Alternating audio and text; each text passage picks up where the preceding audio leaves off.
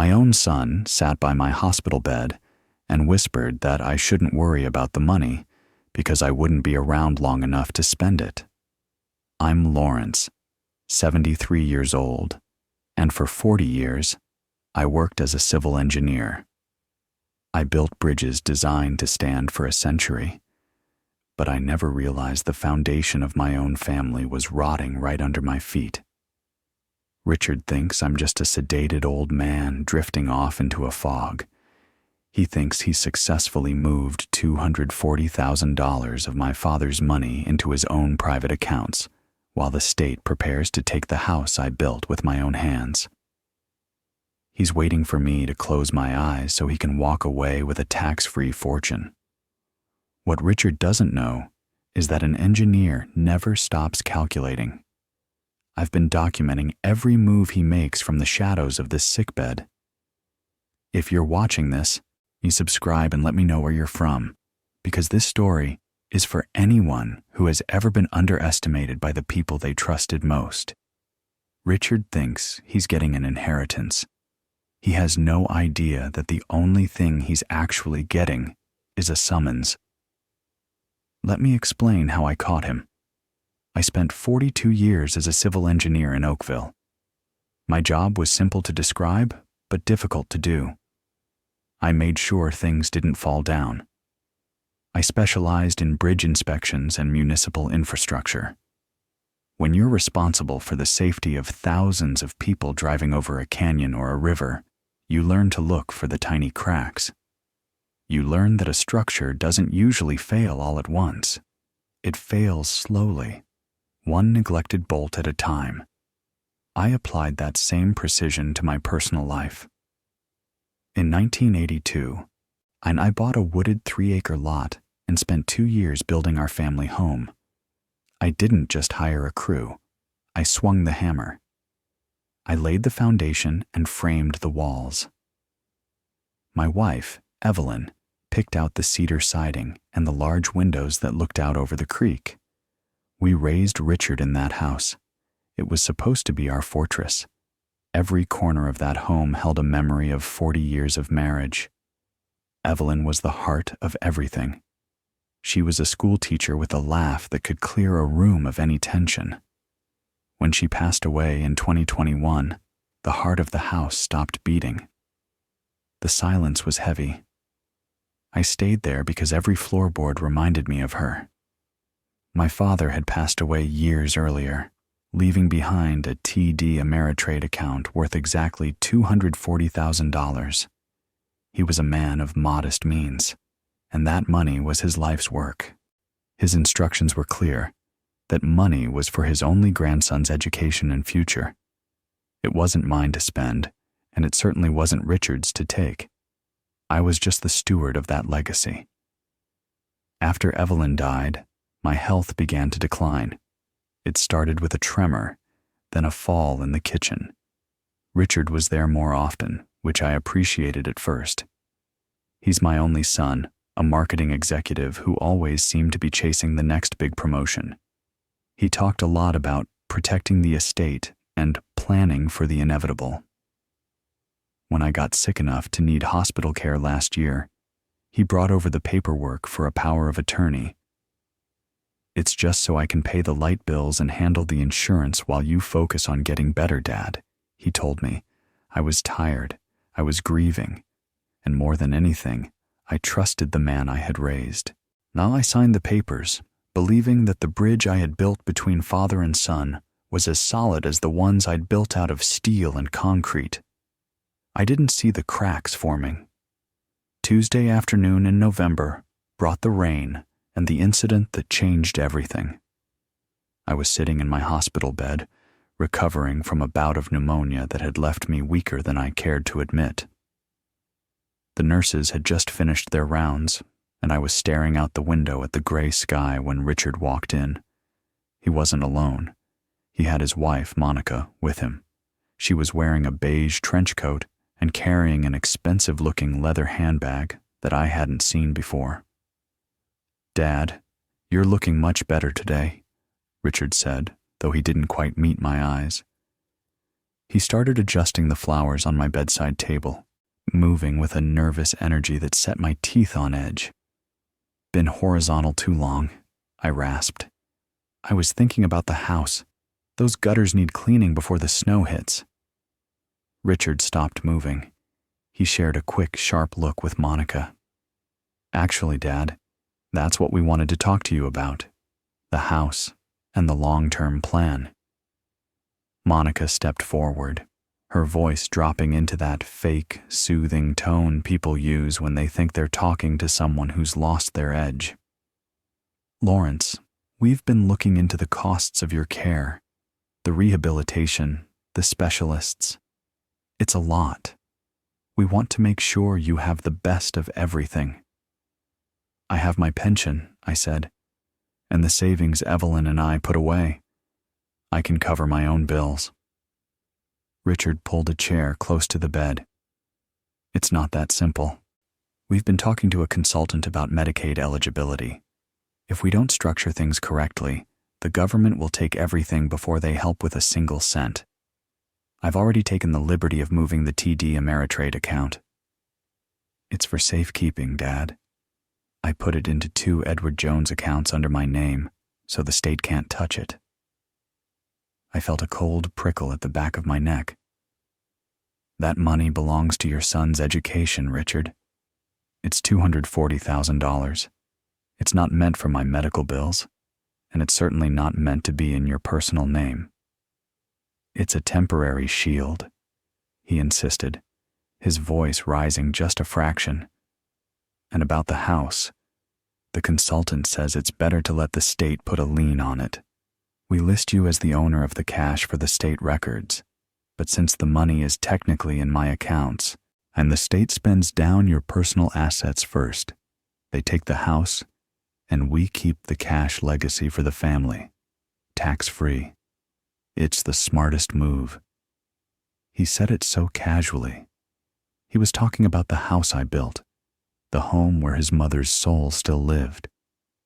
He wanted to trade my life's work to ensure he got a $240,000 payout that wasn't even his to begin with. You want me to let the house go? I asked quietly. It's just wood and stone, Dad, Richard said, standing up. Think of the big picture. I'm doing this to protect your grandson's future. I'll handle the paperwork. You just focus on your breathing. They left a few minutes later, leaving behind the smell of Monica's expensive perfume and a hollow ache in my chest. I sat in the silence of that hospital room, my engineer's brain spinning. Richard thought I was too tired to follow the math. He thought I was a bridge that had finally collapsed. But as I stared at the ceiling, I started calculating the load-bearing capacity of his lies, and they were already starting to buckle. Sleep wouldn't come that night. Every time I closed my eyes, I saw the blueprints of my house.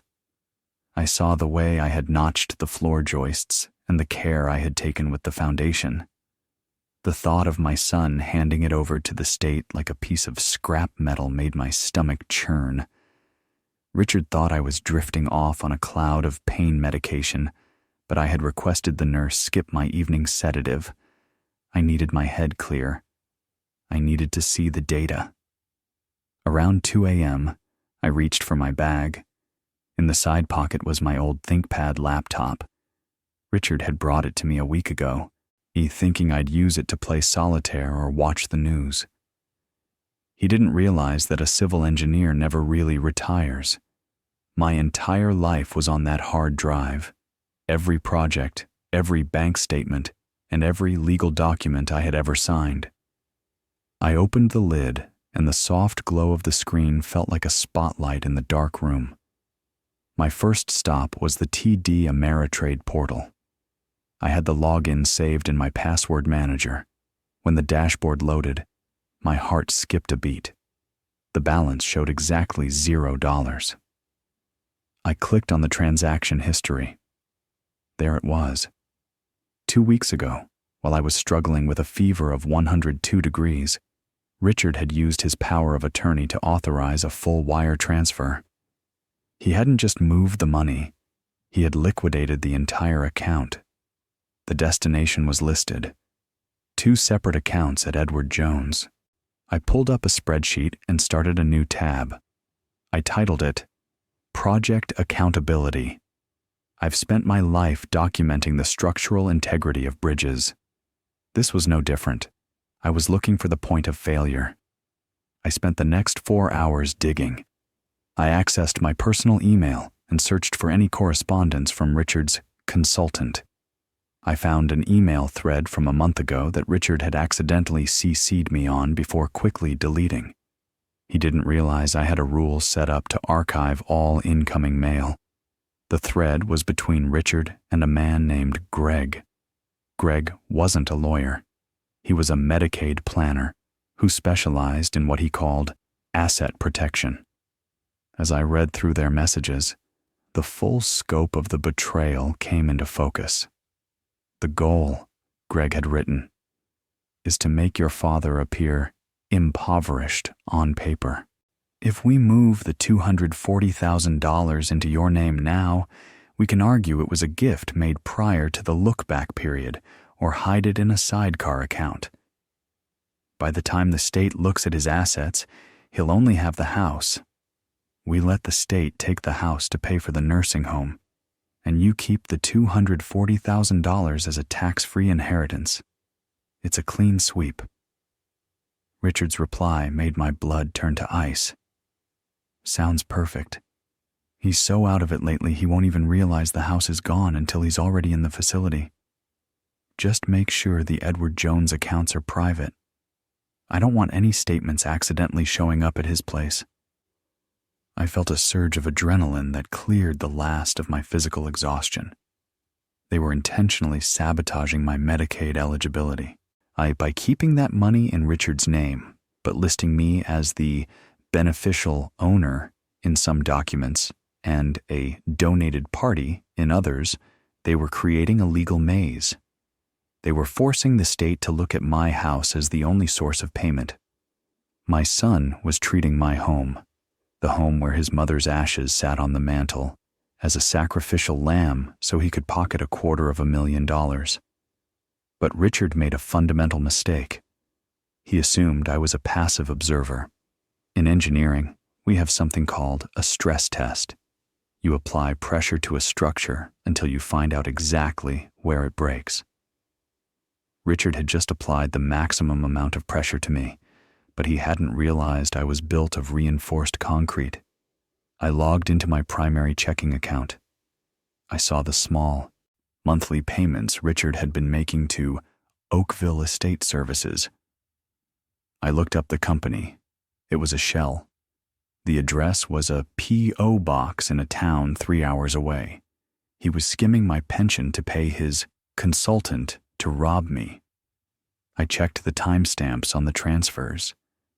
He had moved $120,000 on the same day I had been moved into the intensive care unit. While I was fighting for my life, he was clicking confirm on a wire transfer. I sat there in the dark, the blue light of the laptop reflecting in my glasses. I felt a deep, hollow ache where my pride in my son used to be.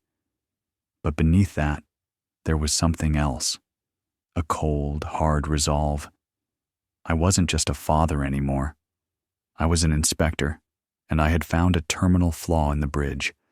I began taking screenshots of every transaction. I saved the email threads to a secure cloud folder that Richard didn't know existed. I downloaded the original power of attorney document I had signed. I read it line by line. He had broad powers, yes, but there was a clause about fiduciary duty, the legal requirement to act in my best interest. Moving $240,000 into a personal account to intentionally trigger a house seizure was the opposite of best interest. It was a felony. By 6 a.m., I had a 15-page PDF document detailing every cent, every email, and every lie. My hands were shaking, not from age, but from the sheer weight of the betrayal. I looked out the window as the sun began to peek over the horizon. The world looked the same as it had yesterday, but everything had changed for me. Richard thought I was a broken old man. He thought he could build his future on the ruins of mine. He was wrong. I've built things that lasted through storms, floods, and decades of wear. I knew how to tear things down too. I closed the laptop and tucked it back into my bag just as the morning nurse knocked on the door. "Good morning, Lawrence," she said with a bright smile. "How did you sleep?" "I didn't sleep at all," I said, my voice steadier than it had been in months. "I was busy working on a new project." "Oh? What kind of project?" I looked her right in the eye. "A demolition. Next 3 days I spent acting the part of the frail, recovering patient. Every time Richard visited, I kept my eyes half closed and my speech slow. I watched him through my lashes as he checked my vitals monitor, a smug look of satisfaction on his face. He thought the medication was doing his work for him. In reality, I was using the hospital's high-speed Wi-Fi to dismantle his life. An engineer knows that one piece of evidence is a fluke, but 5 pieces are a pattern. I needed a pattern that would hold up in front of a judge. The first thing I discovered was the hidden debt. I managed to access Richard's credit profile through a joint account we'd opened years ago when I helped him buy his first car. He hadn't just been chasing a promotion. He had a secret gambling problem that had ballooned into $85,000 in high-interest credit card debt. He wasn't just being greedy, he was drowning. The $240,000 wasn't for my grandson's college. It was a life raft for his own sinking ship. Next, I found the paper trail for the Edward Jones accounts. Richard had been clever, but not clever enough. He had set the accounts up as in trust for accounts, but he had listed himself as the primary owner. I found a digital copy of the application form in his sent mail folder. He had checked the box stating the funds were a gift from a living relative. It was a bold-faced lie. He was claiming I had handed him $250,000 while I was in an ICU bed. The third discovery was the Medicaid application draft. I found it saved as a PDF on his cloud drive. In the section for asset transfers, Richard had marked none. He was committing state-level fraud. He was telling the government I had no money so they would pay for my care, while he sat on the very cash that was supposed to fund it. He was effectively stealing from the taxpayers and me at the same time. Then I uncovered the skimming. Over the last 6 months, Richard had used the power of attorney to withdraw $2,000 every month from my primary savings. He labeled these as home maintenance. I called my neighbor, Bill, who has lived next door for 30 years. I asked him if anyone had been over to mow the lawn or fix the gutters. "Nobody's been there but the mailman, Lawrence," Bill told me. Richard was pocketing $2,000 a month for work that never happened. The fifth discovery was the most painful.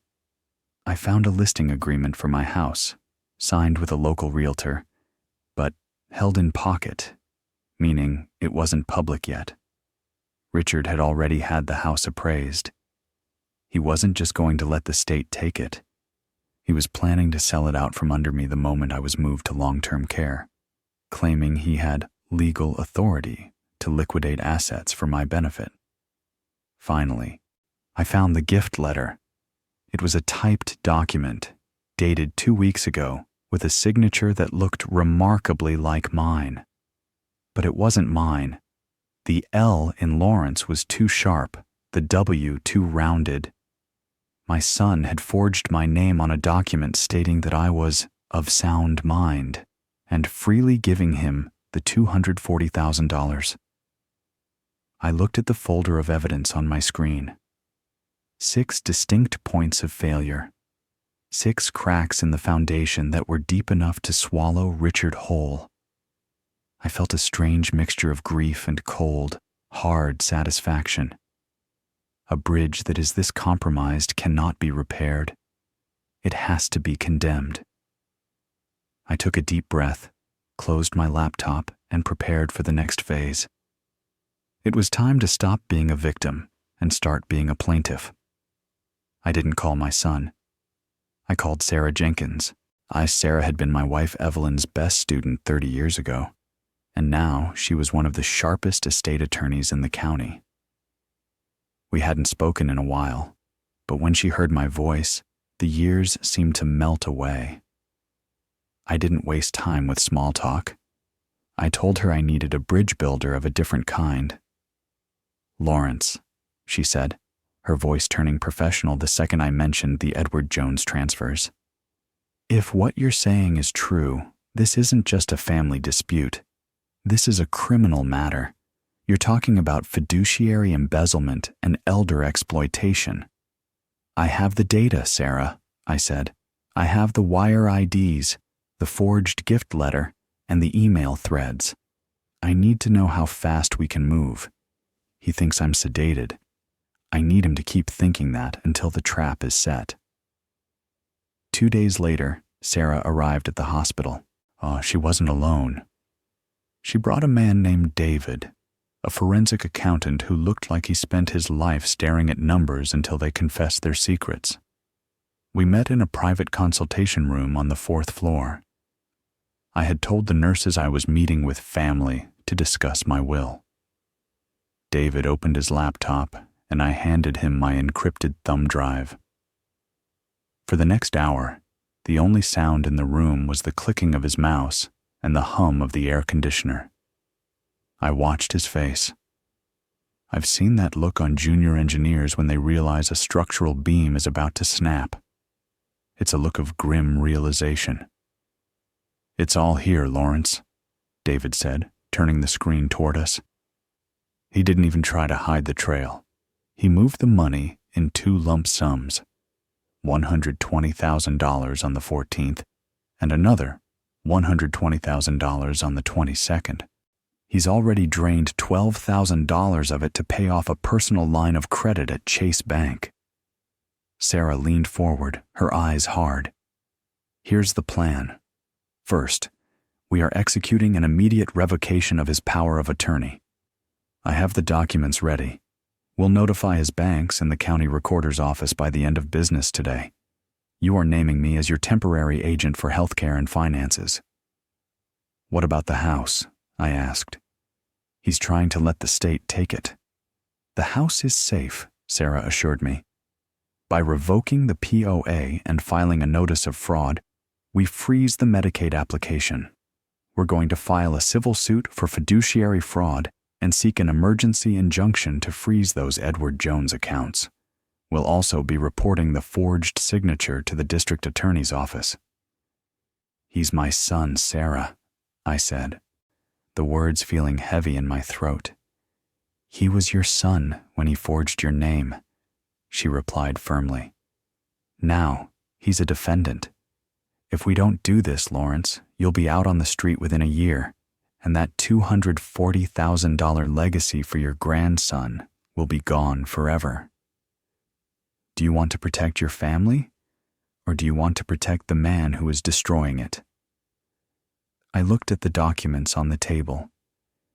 I thought about the house I built. I thought about my father's hard-earned money. I picked up the pen. My hand didn't shake this time. I signed the revocation with a steady, practiced stroke. "What's the next step?" I asked. "Now," Sarah said, tucking the papers into her briefcase. "We wait for Richard to make his next move. He's going to try to pressure you to sign the final Medicaid documents tomorrow. Now that's when we let him know the bridge has been closed." The next 48 hours were a masterclass in manipulation. Now that the legal wheels were turning in the background, I had to be an actor. I had to remain the sedated father while Richard turned up the heat.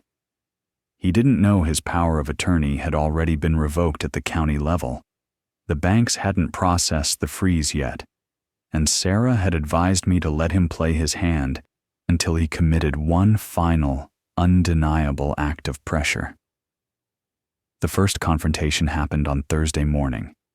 Richard arrived without Monica this time. He looked disheveled, his eyes bloodshot. He didn't sit down. He paced the small hospital room, his shoes squeaking on the linoleum. "Dad, we need to move faster," he said, his voice tight. The facility in Oak Ridge called. They have an opening in the specialized care wing, but they need the Medicaid approval on file by Friday afternoon. If we miss this window, you might end up in a state-run ward in the city. You don't want that. I don't want that for you. "I thought we had more time," I said, keeping my voice low and slightly slurred. "The house. I'm not ready to let it go, Richard. There are things in the attic. Evelyn's letters. I'll handle the letters, Dad. I'll handle everything." He stopped pacing and leaned over the bed rail. "You're not seeing the big picture. The state is going to take it anyway. Why let them take the cash, too? Just sign the final asset disclosure I brought. It's just a formality." "I'll think about it," I whispered. "My head is foggy today." He let out a sharp, frustrated breath. "There isn't time to think. Every day we wait. Your medical debt is mounting. You're putting the family's future at risk because you're being stubborn about a pile of bricks." He left without saying goodbye. But he was back 4 hours later, and this time he brought reinforcements. Monica was with him, and she looked like she had been crying. "Lawrence, please," she said, clutching a tissue. "Richard didn't want to tell you this because he didn't want to worry you. But the stress of all this, his blood pressure is through the roof. The doctor told him yesterday that he's at risk for a stroke if he doesn't get these estate matters settled. He's doing all this for you, and it's killing him." I looked at my son. He slumped his shoulders, playing the part of the overworked, selfless provider. It was a lie, of course. I had seen his credit card statements, and the only thing raising his blood pressure was the $85,000 debt and the fear of the collectors. "I don't want to be a burden," I said, playing my part. "But the TD Ameritrade account, if that money is in your name, won't the state wonder why?" "We've already cleared that with the consultant," Richard snapped, his patience finally fraying. "It's handled. It's a gift. All you have to do is sign the disclosure saying you have no liquid assets over $2,000. That's it. One signature, and the stress goes away. For everyone." He pulled a thick packet of papers from his briefcase and slammed them onto my overbed table. I recognized the Medicaid disclosure forms. If I signed these, I would be committing perjury. I would be lying to the government to help my son hide the money he stole from his own child. "I need to read them first," I said. "There's nothing to read!" Richard shouted. The sound echoed in the small room, and a nurse poked her head in to check on us. Richard immediately lowered his voice, but his eyes were full of a desperate, ugly rage. "You're being selfish, Dad. You're sitting here in this bed, letting your mind go, while I'm out there trying to save what's left of our lives. If you don't sign these by tomorrow morning, I'm done. I'll let the hospital social workers handle you. I won't be responsible for what happens to the house then." "Are you threatening me, Richard?" I asked. I made sure to look him directly in the eyes this time. For a split second, I saw him flinch. He saw a flash of the engineer, the man who knew how to spot a lie in a structural report. "I'm giving you a reality check," he hissed. "Sign them by tomorrow, or you're on your own." They walked out, and the silence they left behind was cold. I reached for my phone and sent a short text to Sarah. He just tried to force a fraudulent Medicaid filing. He gave me until tomorrow morning. It's time. I felt a strange sense of calm. The escalation was over. The bridge hadn't just cracked. Richard had set fire to it himself. I spent the rest of the evening looking at a photo of Evelyn I kept on my nightstand. I told her silently that the house would be okay. I told her that our grandson's future was still safe. I just had to finish the demolition. Richard walked into my room at 8 a.m. sharp on Friday morning. He looked triumphant. He held a gold fountain pen in one hand and the forged gift letter and Medicaid disclosure in the other. He didn't notice the small black device tucked behind my water pitcher, or the fact that my laptop was open on the bed, its camera angled perfectly toward the guest chair. "Time's up, Dad," he said, his voice flat. "I've talked to the realtor. We have a buyer ready for a private sale on the house. Sign these papers now, or I walk out that door and let the state appoint a public guardian to manage your decline. You'll never see the inside of your home again." I sat up straight in the bed. I didn't lean back. I didn't look tired. I looked at him with the same clinical detachment I used to use when inspecting a failing overpass. "I've been thinking about that $240,000, Richard," I said. "And your credit card debt. $85,000 is a lot of money to lose on sports betting and bad trades." Richard froze. The color drained from his face so fast, it was like someone had pulled a plug. "What are you talking about?" "I'm talking about the Edward Jones accounts," I said. I turned the laptop screen toward him. It showed the wire transfer logs, the email threads with Greg the consultant, and a side-by-side comparison of my real signature next to his forgery. "I'm talking about the fact that you stole your son's education fund to pay for your own failures, and you were willing to let the state take my home to cover your tracks." "Dad, I can explain," he stammered, dropping the pen. It skittered across the floor. I was going to pay it back. I just needed to bridge the gap. "You don't know the first thing about building a bridge, Richard," I replied. "You only know how to burn them. You didn't think I was watching. You thought I was a sedated old man, but I've documented every cent you moved. I've documented every lie you told me in this room. It doesn't matter," he hissed, his desperation turning into a snarl. "I have power of attorney. I have the legal right to move that money for your protection. You can't prove intent." "Actually," I said, pointing to the corner of the room where Sarah Jenkins was standing in the doorway, "I don't have to prove anything. Sarah, would you like to tell him?" Sarah stepped into the light, holding a manila folder. "Richard, your power of attorney was revoked 48 hours ago. We've already filed an emergency injunction. The Edward Jones accounts are frozen. The district attorney has been handed a file containing evidence of forgery and fiduciary fraud. You aren't here to collect a signature, Richard. You're here because we wanted the police to know exactly where to find you." Richard looked at the door, then back at me. The mask of the concerned son was gone.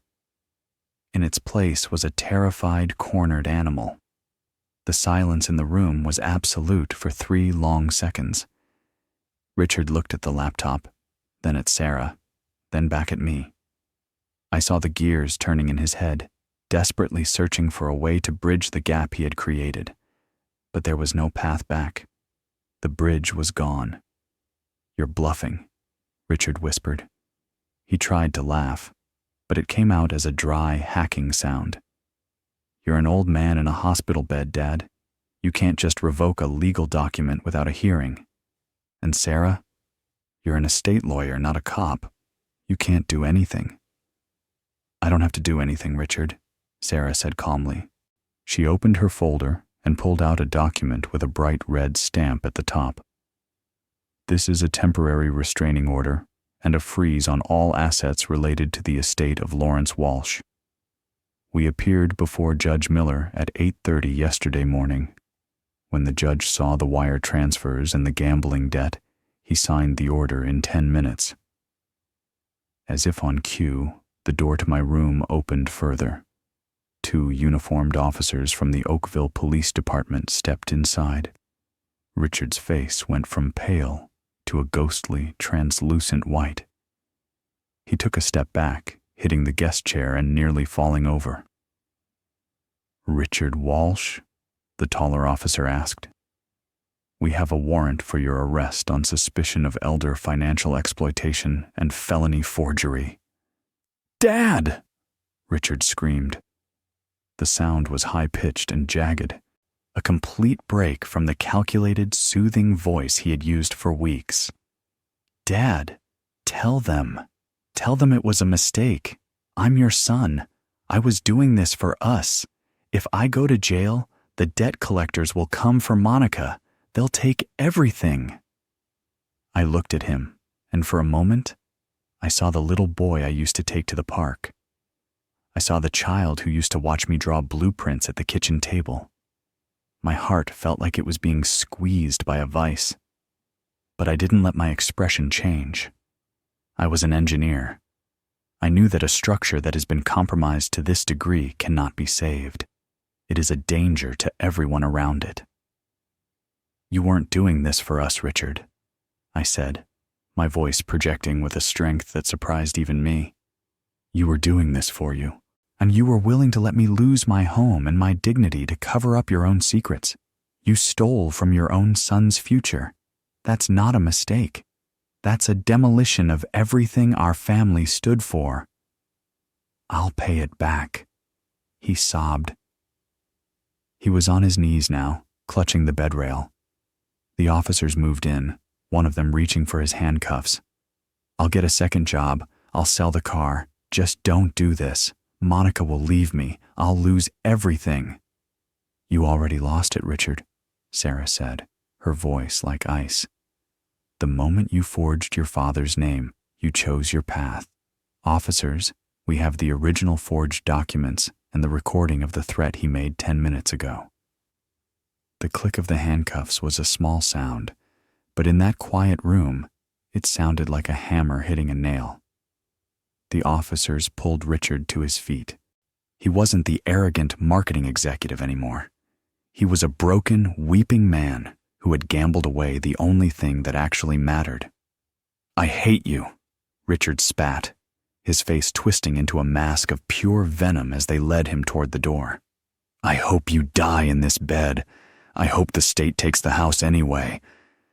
I didn't answer. I just watched them lead him out. I watched the door swing shut behind him. The room felt suddenly very large and very empty. Monica was nowhere to be seen. She had stayed in the car, likely sensing the collapse before it happened. I looked at Sarah. She was putting the documents back in her bag. Her hands were steady, but her eyes were full of a deep, professional sadness. "It's over, Lawrence," she said. "No," I replied, looking out the window at the Oakville skyline. "Nah, the cleanup is just beginning." Quiet reclaimed the hospital room. The smell of Richard's panic and Monica's perfume lingered for a moment before the ventilation system pulled it away. Sarah stayed with me for another hour, walking me through the next steps of the civil suit. The Edward Jones accounts were frozen tight. Every cent of the $240,000 was still there, minus the $12,000 Richard had skimmed. Sarah assured me that we would claw that back from his personal assets during the liquidation. "What about Monica?" I asked. "She left the parking lot the moment the squad cars arrived," Sarah said, checking her phone. "She's already changed her social media profiles to single and moved into a hotel. She's looking to distance herself from the fraud charges. I doubt you'll hear from her again unless it's through a process server." I nodded. It didn't surprise me. A house built on sand can't survive a storm, and their marriage was no different. Once Sarah left, I picked up my phone. I didn't call the police or the bank. I called my grandson, Leo. He was 19, a sophomore at the university, and he had no idea his father had almost sold his future to pay for a gambling debt. "Hey, Grandpa," he said, his voice bright and full of the life Richard had almost stolen. "How are you feeling? Dad said you were pretty out of it." "I'm feeling much better, Leo," I said, my voice thick with emotion I couldn't quite hide. My head is clear now. I just wanted to tell you that I love you, and your great-grandfather's legacy? It's safe. I'm making sure of it. We talked for 20 minutes about his classes and his plans for the summer. I didn't tell him his father was in a holding cell. That conversation would come later, in person, when I was back in the house I built. That night, for the first time in months, I didn't need a sedative. I didn't need the nurses to dim the lights. I closed my eyes, and I didn't see blueprints or bank statements. I saw the creek behind my house. I saw Evelyn. I slept for 10 hours straight. The bridge was down, but the foundation was finally clear of the rot. 6 months have passed since that morning in the hospital. I am back in the house I built with my own hands. The cedar siding has been power washed, and the gutters are clean. The house no longer feels like a sacrificial lamb. It feels like a fortress again. Richard's life, however, he has followed a different trajectory. 3 weeks ago, he stood before a judge and pleaded guilty to 3 counts of felony financial exploitation and 1 count of forgery. The evidence I gathered on my old ThinkPad was too airtight for a defense. Because it was a first offense, he avoided a long prison sentence, but he received 5 years of intensive probation and a court order for full restitution. He lost his job, his car, and as expected, Monica. He is currently working as a night manager at a retail chain, and every month, a significant portion of his paycheck is garnished to pay back the $12,000 he took from the family legacy. Leo is back at school for his junior year. We moved the $240,000 into a restrictive educational trust that Richard can never touch. When I see Leo's name on the tuition receipts, I know my father would be proud. The money is doing exactly what it was meant to do. I still have my tremors some days, but my mind has never been sharper. I spend my afternoons on the back deck, watching the water in the creek. I'm not just waiting for the end anymore. I'm living the life Evelyn and I planned for. The bridge between me and my son is gone, and while that brings a certain sadness, the path ahead of me is finally stable. My whole life I've thought about foundations. As an engineer, I believed that if you used enough steel and enough concrete, anything could withstand the test of time. I thought that if you built a home with your own hands and filled it with love, it would be immune to the rot of greed. I was wrong. I learned the hard way that the most dangerous cracks aren't the ones you find in a bridge's support beams. They are the ones that form in a person's character when they start valuing money over blood. It's a strange thing to be 73 years old and realize that your own son viewed you as a checklist of assets rather than a father. It's even stranger to realize that the very person you spent your life protecting is the one you eventually have to protect yourself from. But as I sit here on my porch, I don't feel bitter. I feel a sense of clarity that only comes after a storm has cleared away the debris. I saved my home. I saved my grandson's future. And in a way, I saved myself. I proved that age doesn't mean a loss of competence, and being in a hospital bed doesn't mean you've lost your voice. If there is one thing I want you to take away from my story, it's this. Never let anyone convince you that you are too old to fight for what you've built. Trust is a beautiful thing, but documentation is a requirement. If you see the cracks forming in your own family, don't look away.